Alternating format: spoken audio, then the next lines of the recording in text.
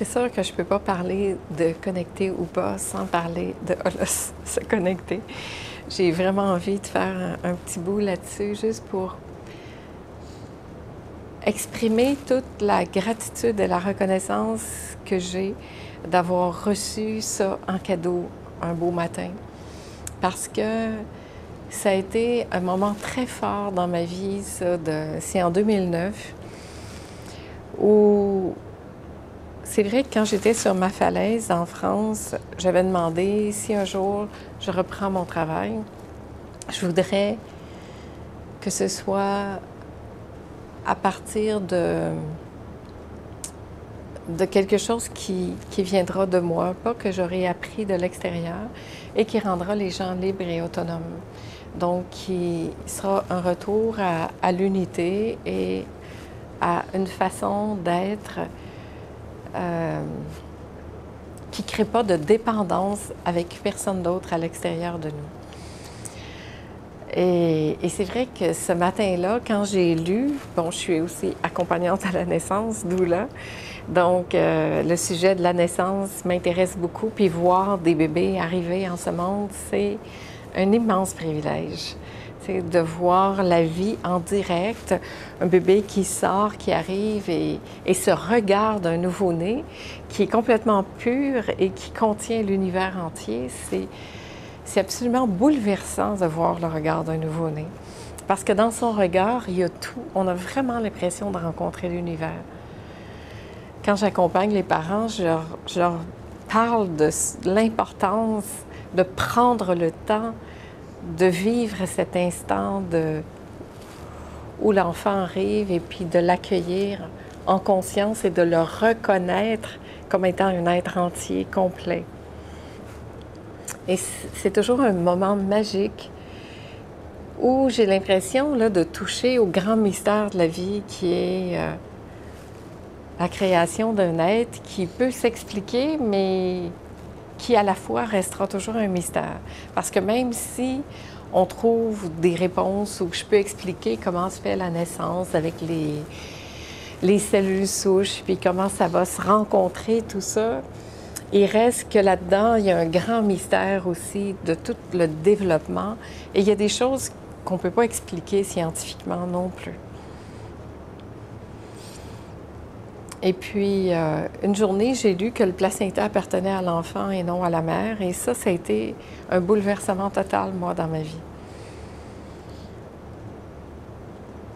En fait, ça a touché... C'est un peu comme un état de choc. Quand on vit des moments d'éveil, des moments où la lumière s'allume, je pourrais dire, ça serait plus juste. C'est comme s'il y a une réaction chimique dans notre corps qui se fait à ce moment-là. Je ne sais pas pourquoi ça a fait ça, mais quand j'ai lu ça, tout mon corps a réagi. J'étais comme... j'avais chaud, j'avais froid, je me sentais vraiment... je sentais que cette lecture, cette petite phrase-là allait changer ma vie. Et après, j'ai beaucoup réfléchi à ça pendant presque 9 mois, avant que je comprenne ce que j'allais en faire de ça. Et c'est devenu la pratique Holos, qui est la pratique que j'ai développée par la suite, qui est une visualisation pour se connecter à son placenta. Et pour moi, ça m'apparaissait complètement logique. Et enfin, j'avais trouvé, moi qui parle surtout d'énergie et qui est surtout dans des choses d'énergie subtile que concrète. Là, je pouvais parler enfin de cellules souches, d'un enfant qui se développe, du placenta qui arrive en premier. S'il n'y a pas de placenta, il n'y a pas nous. Si le placenta ne s'était pas accroché, le fœtus n'aurait pas pu se développer. Et le placenta, c'est les premières cellules souches qui vont se former pour faire en sorte que l'enfant va arriver. Donc, c'est notre premier organe.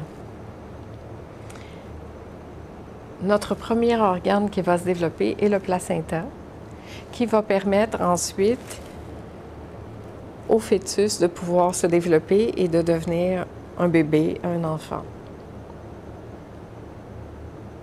Les cellules souches du placenta sont les mêmes que celui de l'enfant. Ils sont produits par l'enfant.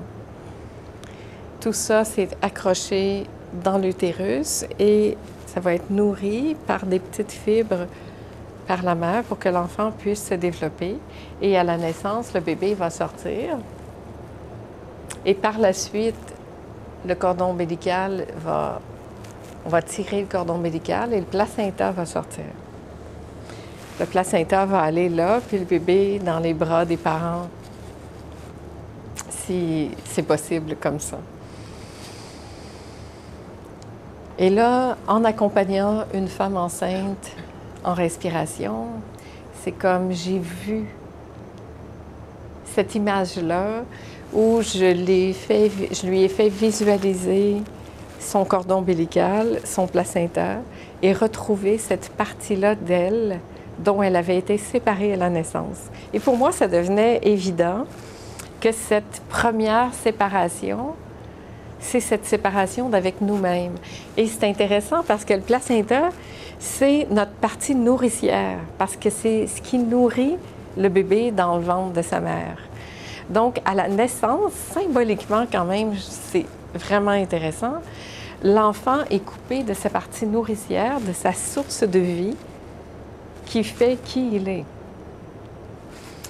Et là, intuitivement, je lui ai proposé de se connecter à son placenta et de retrouver cette partie-là d'elle pour retrouver l'entièreté de qui elle est. Et ça a été assez phénoménal. Comme beaucoup de découvertes quand ça arrive, c'est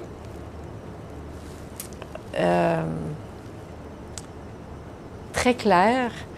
Il s'est même passé un phénomène dans la pièce, je me souviens, c'est comme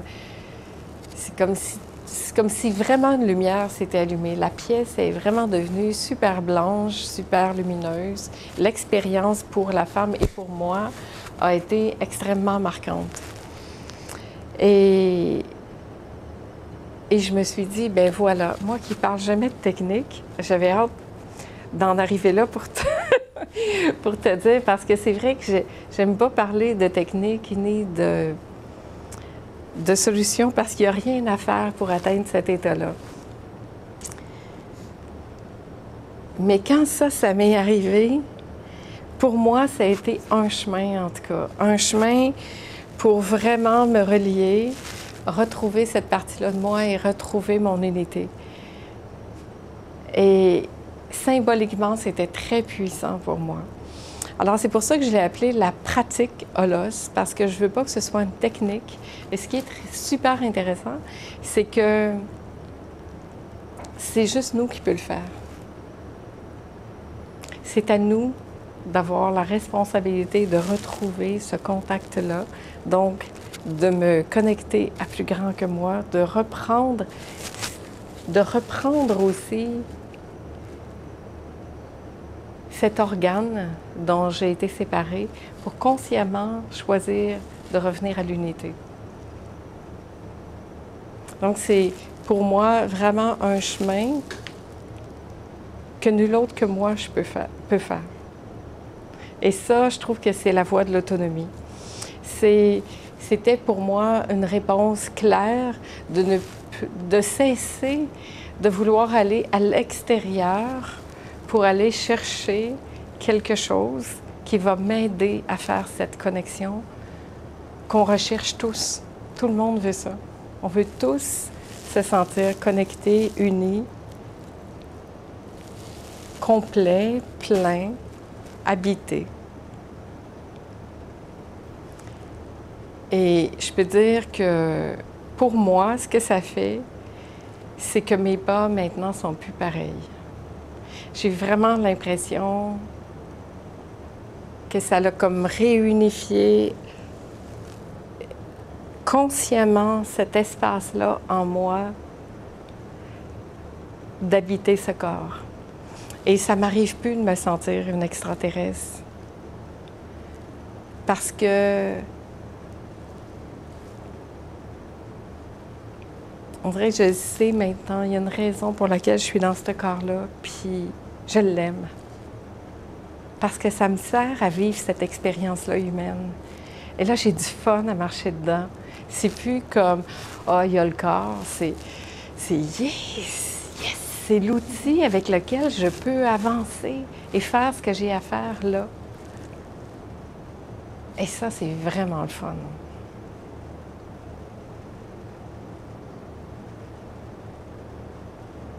Alors, c'est une façon de se connecter parmi tant d'autres. Mais ce qui est extraordinaire, c'est qu'à partir du moment où on sait ça, on peut le faire. Et c'est la fin de la recherche à l'extérieur de soi. Et ça, pour moi, c'est vraiment puissant.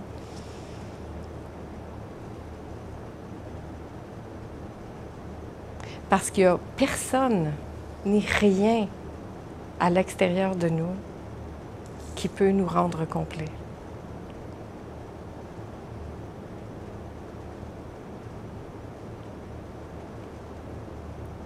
C'est déjà là, totalement complet. Ici, là, maintenant.